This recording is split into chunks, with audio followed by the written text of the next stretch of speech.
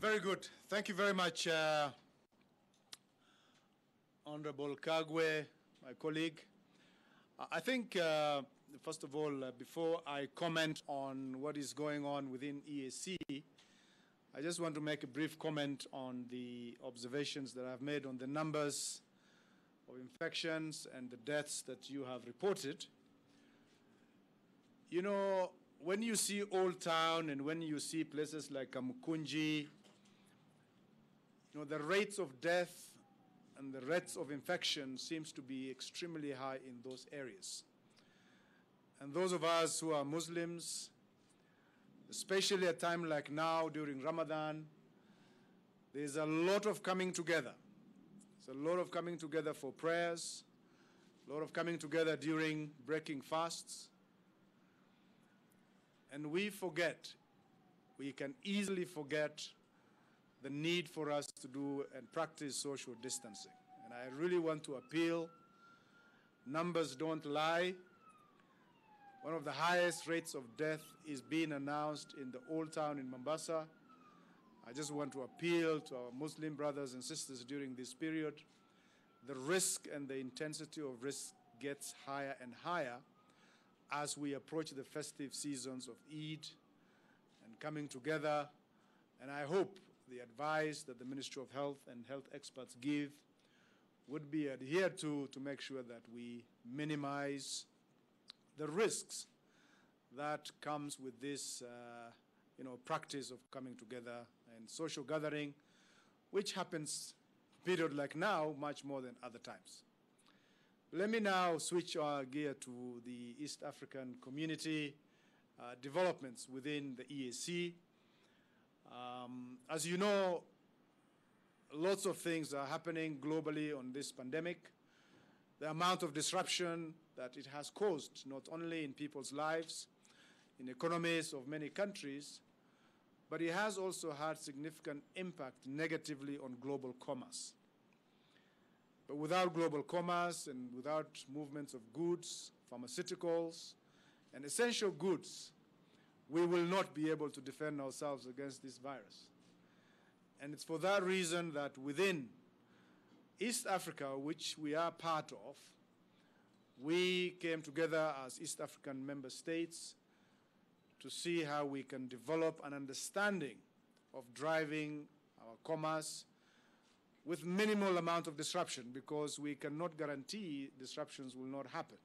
The queues that you were shown of trucks, which in some cases have been as long as 40 kilometers, I think is as a result of this pandemic, which we cannot ignore.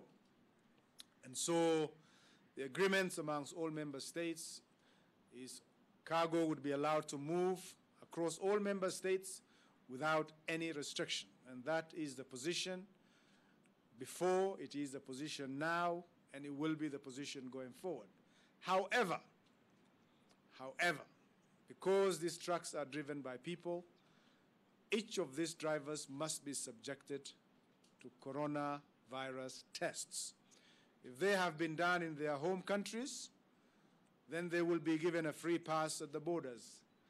If, however, they have not been tested in their home countries, then it is an understanding between member states that the countries which trucks are coming into would have the obligation to do tests. So when our trucks go from here into Uganda and they don't have the tests for drivers, then the Ugandan authorities subject our drivers to corona tests.